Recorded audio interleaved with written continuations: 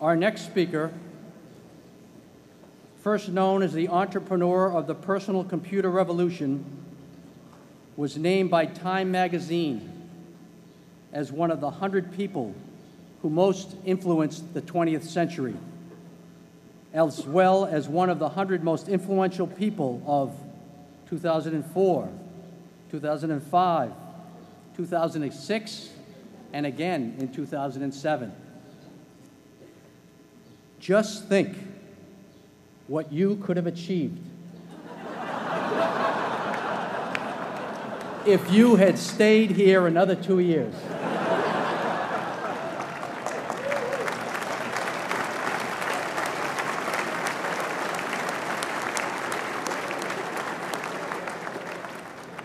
He enrolled at Harvard in the fall of 1973, keenly interested in computer science, but without a definite study plan. In between intense poker games at Radcliffe, he met his future business partner, Steve Ballmer, and he developed a version of the programming language BASIC for the first microcomputer, and co-authored and published a paper on algorithms with computer scientist Christos Papadimitriou. Our speaker is a person of many talents. A close friend in college amusingly recalls seeing him doze off during the prestigious Putnam math exam. Despite this napping, he scored remarkably well. In his junior year, he took a leave of absence from Harvard to devote his energies to Microsoft, a company he had begun in 1975 with his friend Paul Allen. Since 2000, he has begun to concentrate on a number of philanthropic endeavors, making extraordinary donations to various charitable organizations and scientific research programs around the world through the Bill and Melinda Gates Foundation. After a 33-year leave of absence from his alma mater, I am pleased to present to you Dr. William Gates.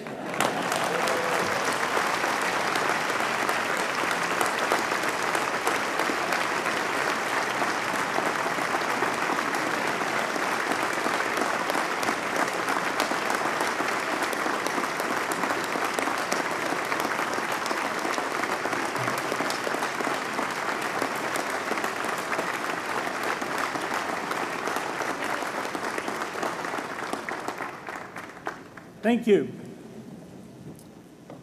President Bach, former President Rudenstein, incoming President Faust, members of the Harvard Corporation and the Board of Overseers, members of the faculty, parents, and especially the graduates. I've been waiting more than 30 years to say this. Dad, I always told you I'd come back and get my degree.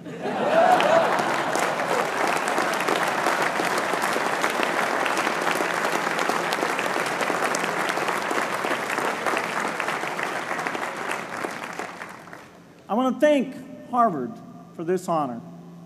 I'll be changing my job next year, and it will be nice to finally have a college degree on my resume.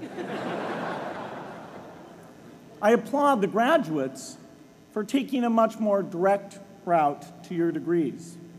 For my part, I'm just happy that the Crimson called me Harvard's most successful dropout.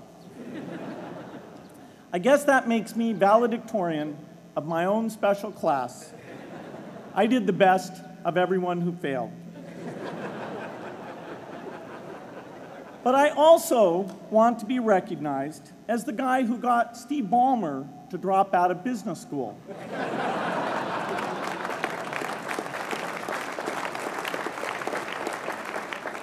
I'm a bad influence.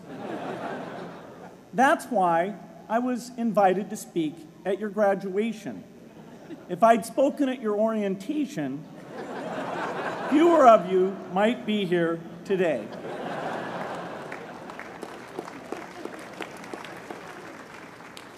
Harvard was a phenomenal experience for me. Academic life was fascinating. I used to sit in on lots of classes that I hadn't even signed up for. And dorm life was terrific. I lived up at Radcliffe in Currier House. There were always a lot of people in my dorm room late at night discussing things because everyone knew that I didn't worry about getting up in the morning. That's how I came to be the leader of the antisocial group.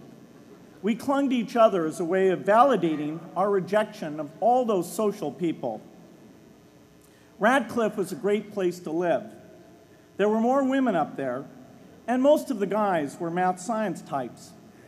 The combination offered me the best odds, if you know what I mean. That's where I learned the sad lesson that improving your odds doesn't guarantee success. One of my biggest memories of Harvard came in January 1975 when I made a call from Currier House to a company in Albuquerque, New Mexico that had begun making the world's first personal computer. I offered to sell them software. I worried they would realize I was just a student in a dorm and hang up on me. Instead, they said, "We're not quite ready. Come see us in a month," which was a good thing because we hadn't written the software yet. From that moment, I worked day and night on the extra credit project that marked the end of my college education and the beginning of a remarkable journey with Microsoft. What I remember above all about Harvard was being in the midst of so much energy and intelligence. It could be exhilarating, intimidating, sometimes even discouraging, but always challenging.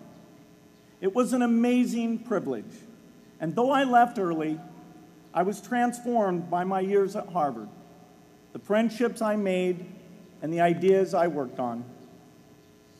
But taking a serious look back, I do have one big regret. I left Harvard with no real awareness of the awful inequities in the world, the appalling disparities of health and wealth and opportunity that condemn millions of people to lives of despair. I learned a lot here at Harvard about new ideas in economics and politics. I got great exposure to the advances being made in the sciences.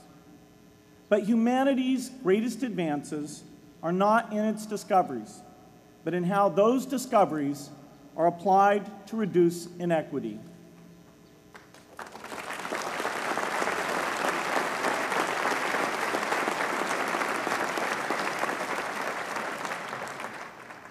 Whether through democracy, strong public education, quality health care, or broad economic opportunity, reducing inequity is the highest human achievement. I left campus knowing little about the millions of young people cheated out of educational opportunities here in this country. And I knew nothing about the millions of people living in unspeakable poverty and disease in developing countries. It took me decades to find out. You graduates came to Harvard at a different time. You know more about the world's inequities than the classes that came before. In your years here, I hope you've had a chance to think about how, in this age of accelerating technology, we can finally take on these inequities and we can solve them.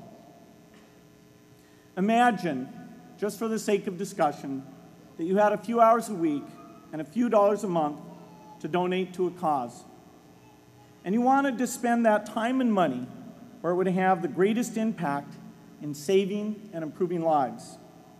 Where would you spend it? For Melinda and I, the challenge is the same.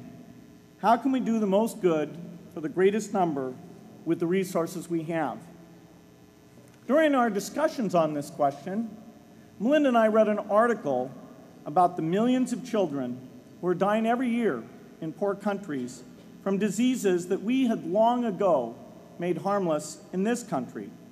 measles, malaria, pneumonia, hepatitis B, yellow fever. One disease that I had never heard of, rotavirus, was killing 500,000 children each year, none of them in the United States. We were shocked.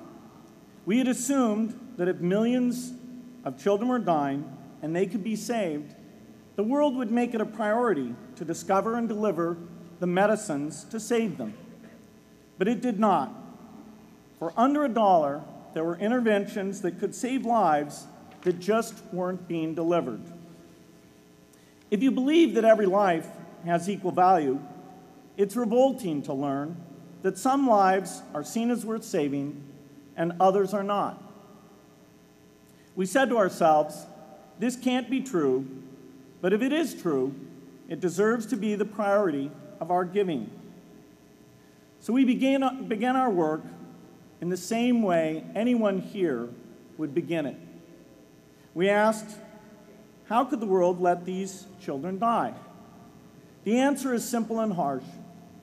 The market did not reward saving the lives of these children, and governments did not subsidize it. So the children died because their mothers and fathers had no power in the market and no voice in the system. But you and I have both. We can make market forces work better for the poor if we can develop a more creative capitalism. If we can stretch the reach of market forces so that more people can make a profit, or at least earn a living, serving people who are suffering from the great inequities. We can also press governments around the world to spend taxpayer money in ways that better reflect the values of the people who pay the taxes. If we can find approaches that meet the needs of the poor in ways that generate profits for business and votes for politicians, we will have found a sustainable way to reduce inequity in the world. Now, this task is open-ended. It can never be finished. But a conscious effort to answer this challenge can change the world. I'm optimistic that we can do this. But I talk to skeptics who claim there is no hope.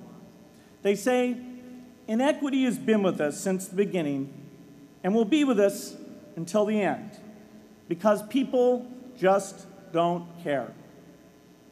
I completely disagree. I believe we have more caring than we know what to do with. All of us here in this yard, at one time or another, have seen human tragedies that broke our heart, and yet we did nothing, not because we didn't care, but because we didn't know what to do. If we had known how to help, we would have acted. The barrier to change is not too little caring. It is too much complexity. To turn caring into action, we need to see a problem, see a solution, and see the impact. But complexity blocks all three steps. Even with the advent of the internet and 24-hour news, it is still a complex enterprise to get people to truly see the problems. When an airplane crashes, officials immediately call a press conference. They promise to investigate, determine the cause, and prevent similar crashes in the future. But if the officials were brutally honest, they would say, of all the people in the world who died today from preventable causes, 0.5% were on this plane. We're determined to do everything possible to solve the problem that took the lives of the 0.5%. The problem is not just the plane crash, but the millions of preventable deaths. We don't read much about these deaths. The media covers what's new, and millions of people dying is nothing new. So it stays in the background, where it's easy to ignore. But even when we do see it or read about it, it's difficult to keep our eyes on the problem. It's difficult to look at suffering if the situation is so complex that we don't know how to help. And so we look away. If we can really see a problem, which is the first step, we come to the second step, cutting through the complexity to find a solution. Finding solutions is essential if we want to make the most of our caring. If we have clear and proven answers anytime an organization or individual asks, "How can I help?" then we can get action, and we can make sure that none of the caring in the world is wasted. But complexity makes it hard to mark a path of action for everyone who cares, and makes it hard for their caring to matter.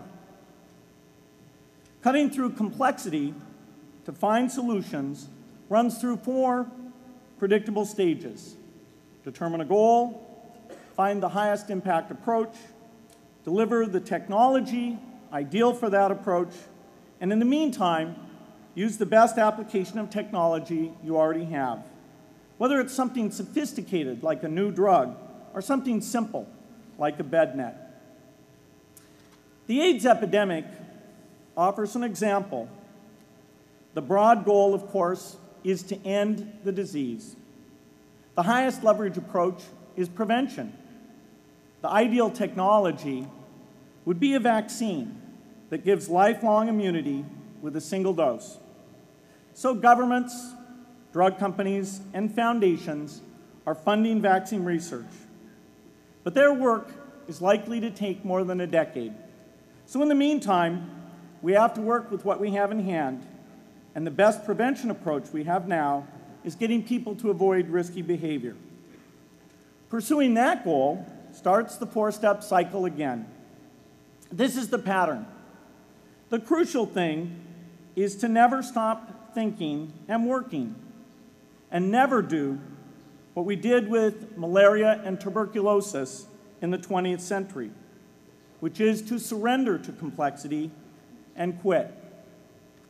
The final step, after seeing the problem and finding an approach, is to measure the impact of the work and to share that, success or failure, so that others can learn from the efforts. You have to have the statistics, of course. You have to be able to show, for example, that a program is vaccinating millions more children. You have to be able to show, for example, a decline in the number of children dying from the diseases.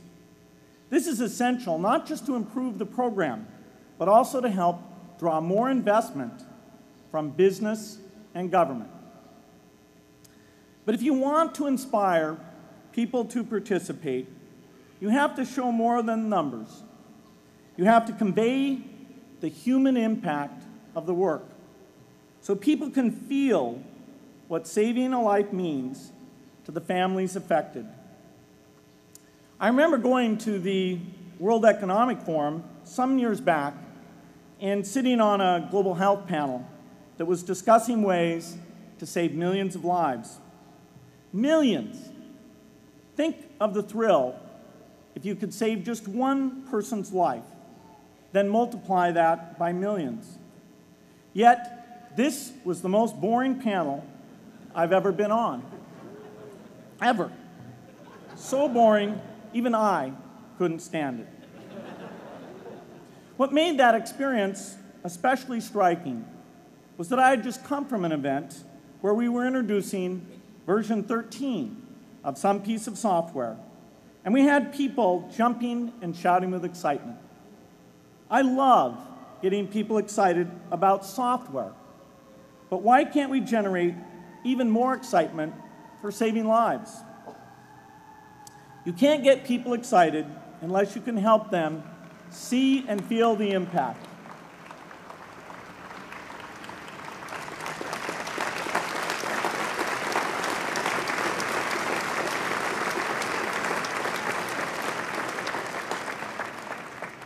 The way to do that is another complex question. Still, I'm optimistic. Yes, inequity has been with us forever, but the new tools we have to cut through complexity have not been with us forever. They are new. They can help us make the most of our caring, and that's why the future can be different from the past. The defining and ongoing innovations of this age, biotechnology, the personal computer, and the internet, give us a chance we've never had before to end extreme poverty and end death from preventable disease. 60 years ago, George Marshall came to this commencement, and he announced a plan to assist the nations of post-war Europe. He said, I quote, "I think one difficulty is that the problem is one of such enormous complexity that the very mass of facts presented to the public by press and radio make it exceedingly difficult for the man in the street to reach a clear appraisement of the situation. It is virtually impossible at this distance to grasp at all the real significance of the situation." 30 years after Marshall made his address, which was 30 years ago, as my class graduated without me, technology was emerging that would make the world smaller, more open, more visible, less distant. The emergence of low-cost personal computers gave rise to a powerful network that has transformed opportunities for learning and communicating. The magical thing about this network is not just that it collapses distance and makes everyone your neighbor. It also dramatically increases the number of brilliant minds we can bring in to work together on the same problem, and it scales up the rate of potential innovation to a staggering degree. At the same time, for every person who has access to this technology, 5 people don't. That means many creative minds are left out of this discussion. Smart people with practical intelligence and relevant experience who don't have the technology to hone their talents or contribute their ideas to the world. We need as many people as possible to gain access to this technology because these advances are triggering a revolution in what human beings can do for one another. They are making it possible, not just for national governments, but for universities, corporations, small organizations, and even individuals to see problems, see approaches, and measure the impact of their efforts to address the hunger, poverty, and desperation George Marshall spoke of 60 years ago. Members of the Harvard family, here in the Yard is one of the great collections of intellectual talent in the world. For what purpose? There is no question that the faculty, the alumni, the students, and the benefactors of Harvard have used their power to improve the lives of people here and around the world. But can we do more? Can Harvard dedicate its intellect to improving the lives of people who will never even hear its name? Let me make a request of the deans and the professors, the intellectual leaders here at Harvard. As you hire new faculty, award tenure, review curriculum, and determine degree requirements, please ask yourself, should our best minds be more dedicated to solving our biggest problems? Should Harvard encourage its faculty to take on the world's worst inequities?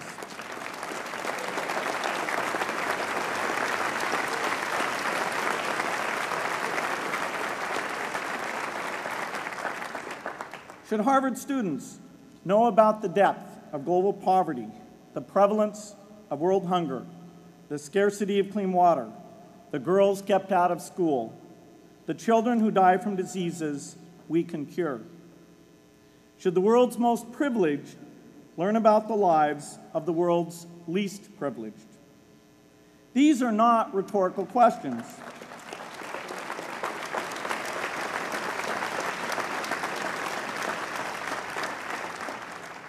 You will answer with your policies.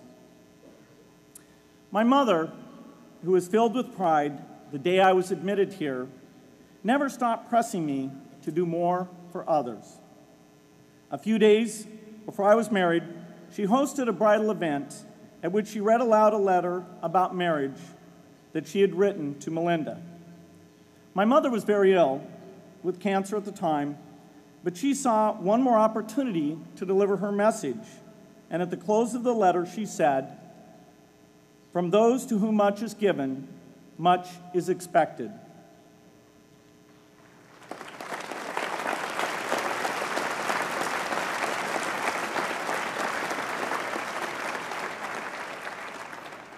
When you consider what those of us here in this yard have been given in talent, privilege, and opportunity, there is almost no limit to what the world has a right to expect from us.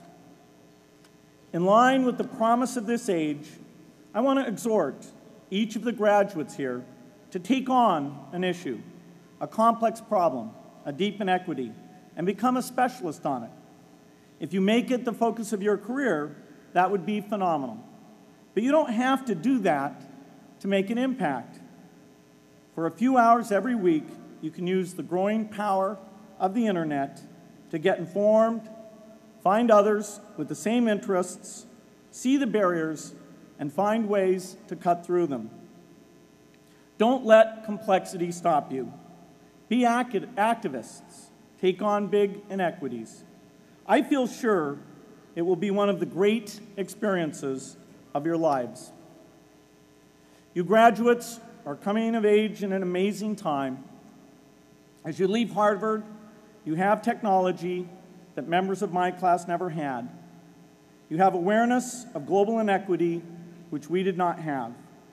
And with that awareness, you likely also have an informed conscience that will torment you if you abandon these people whose lives you could change with modest effort. You have more than we had. You must start sooner and carry on longer. And I hope you will come back here to Harvard 30 years from now and reflect on what you have done with your talent and your energy. I hope you will judge yourselves not on your professional accomplishments alone, but also on how well you have addressed the world's deepest inequities, on how well you treated people a world away who have nothing in common with you but their humanity. Good luck.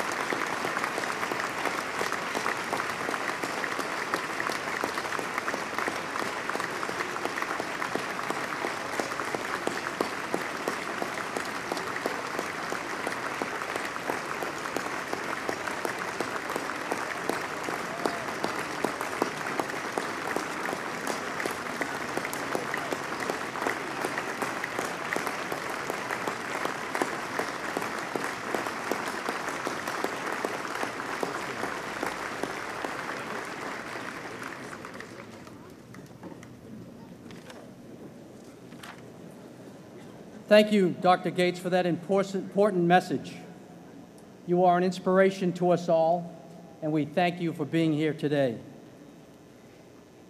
Please stand and join me now as we sing Fair Harvard. The words are included in your program.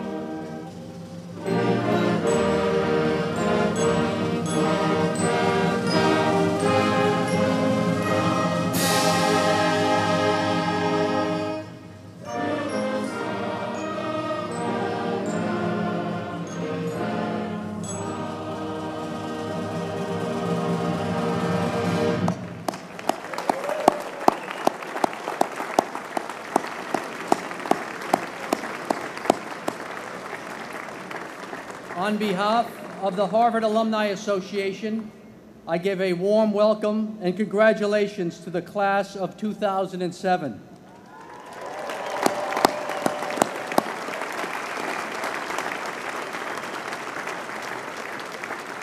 I hope you will return often to Cambridge and will remain engaged with our university through the many activities offered by the HAA and the Harvard clubs around the world.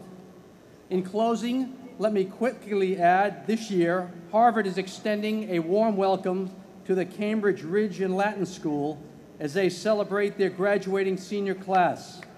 This ceremony will be held right here, beginning at 6:30.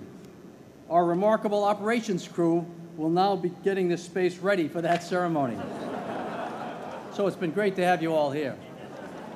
I hereby declare that the 2007 meeting of the Harvard Alumni Association is adjourned to be reconvened on June 5th, 2008. Thank you all for coming.